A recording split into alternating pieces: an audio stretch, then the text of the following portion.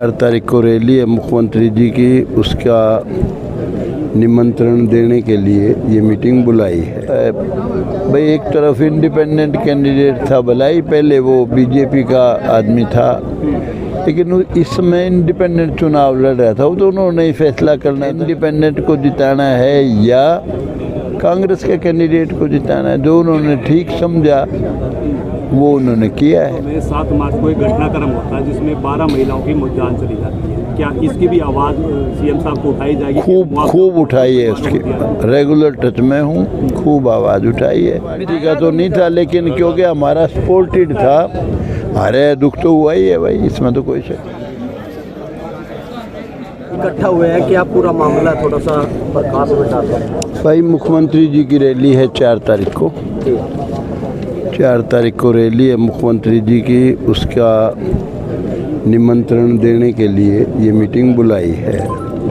और जो लोगों की हल्के की मांग है, वो सारी जितनी भी मांग हैं उनको मुख्यमंत्री जी के सामने रखेंगे। तो लोगों से आग्रह किया है कि जो मेन मांग है वो बताओ। उसके अलावा मैं हर गांव में, क्योंकि मैं धन्यवादी दौरा भी नहीं कर सका हूँ, धन्यवादी दौरा भी करूँगा और लोगों को निमंत्रण भी दे के आऊँगा रैली का। 4 तारीख की जो रैली है उसमें जितनी मांगे हैं हल्के की, सारी मांगे भी रखेंगे, मुख्यमंत्री जी से आग्रह करेंगे और उसी के लिए मैं आज भी आया। स्थान क्या तय कर रहा है? स्थान है ये नई अनाज मंडी। अच्छा उदय जी, लगभग 1 साल से ज़्यादा समय हो गया प्रचार के लिए मुख्यमंत्री आए थे, तो क्या मुख्य मांगे इस रैली के माध्यम से सफेदों की सौगातों की? मुख्य मांगे हम इकट्ठी करने लग रहे हैं सारी, इसीलिए लोगों को बुलाया है। जितनी हमारी नॉलेज में है वो हमने बताई हैं लोगों को। लोगों की लगभग वही मांगे हैं। हमारे जो ये कॉलेज है उसकी मांग है, उसकी जल्दी से जल्दी बनाया जाए। नर्सिंग कॉलेज, जामनी का गर्ल्स कॉलेज है, जल्दी से जल्दी बनाया जाए और सभी दो को जिला बनाया जाए। जिले को लेकर मांग रखी जाएगी? बिल्कुल 100% रखें। और जिस तरह से पिल्लू खेड़ा है, पिल्लू खेड़े की काफ़ी मांगे हैं। सब तहसील बनाया जाए और भी पिल्लू खेड़ा की अनेक मांगे हैं। बाकी जितने डिपार्टमेंट्स की जितनी डिमांड हैं वो सारी रखेंगे मुख्यमंत्री जी के। मुआना का सीवरेज का बड़ा मामला है जी। हाँ है। और खाने के बाद भी आज भी जैसे कि तैसे वैसे ही खड़ा है। 50 करोड़ से ज़्यादा खर्च हो चुके हैं, लेकिन समाधान कोई नहीं मिला आज तक। 50 करोड़ जी जची नहीं मेरे भाई, पता नहीं, मुझे फिर पता करेंगे। ये यहाँ सरपंच था, उसको पता होगा। कोई पब्लिक हेल्थ का है भाई कोई आदमी यहाँ? एसडीओ खड़ा था। कहाँ है?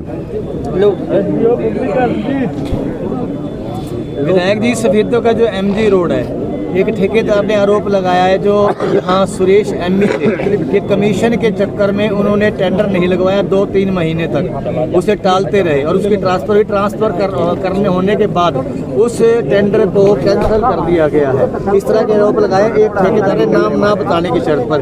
क्या कहेंगे? कौन ठेकेदार क्या था मुझे नहीं पता। हाँ जी, एसडीओ साहब ये कह रहे हैं कि जी 50 करोड़ रुपया खर्च हुआ है सीवरेज, मुआना गांव के सीवरेज में। 50 करोड़ का सीवरेज जो है कोई? सीवरेज और पानी दोनों है जी, दोनों है जी। वाटर वर्क्स भी है, 50 करोड़, लगभग 50 करोड़ खर्च हो गया। आपको पता है क्या? एस्टीमेट 22 करोड़ का एस्टीमेट है।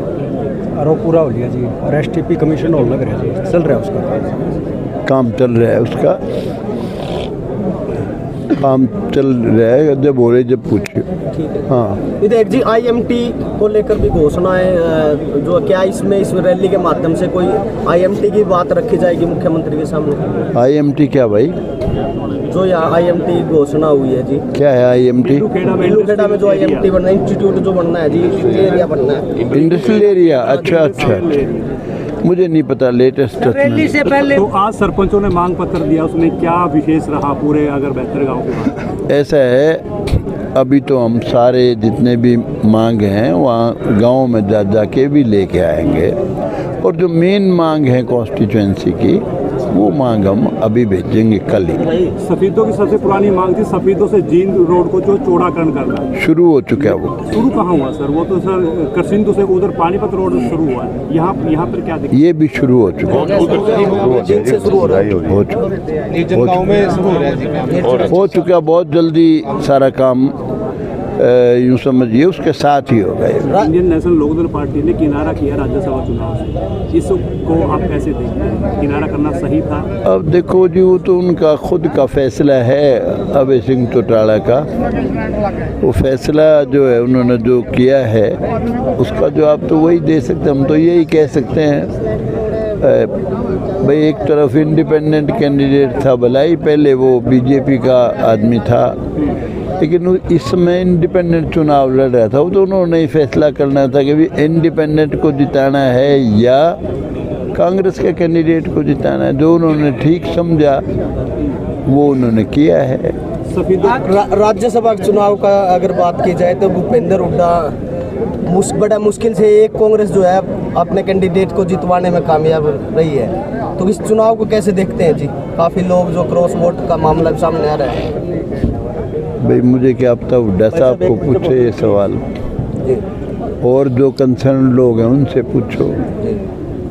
जितने लोग इसके साथ जुड़े हुए हैं सवाल के साथ, उनसे पूछो। मैंने तो अपनी पार्टी का जो मुझे आदेश हुआ उसके मुताबिक वोट दिया है। आए 7 मार्च को एक घटनाक्रम होता है जिसमें 12 महिलाओं की जान चली जाती है। क्या इसकी भी आवाज़ सीएम साहब को उठाई जाएगी? खूब उठाई है, उसकी रेगुलर टच में हूँ, खूब आवाज़ उठाई है। विधायक जी, मुख्यमंत्री जी ने 5-5 लाख रुपया भेजा है, मैंने भी 21-21 हज़ार रुपये दिए हैं। बड़ा दुख की घटना घटी है ये, बहुत अफसोस है हमारे परिवारों के लिए। कोई रोजगार का कोई एचकेआरएन या कुछ? चलो कोशिश करेंगे जो हम कर सकते हैं। सारी चीज़ें मुख्यमंत्री जी के साथ टच में हैं, उनकी नॉलेज में हर चीज़। आजाद उम्मीदवार का आधा वोट से हारना आपकी पार्टी के लिए दुखदायी है या नहीं?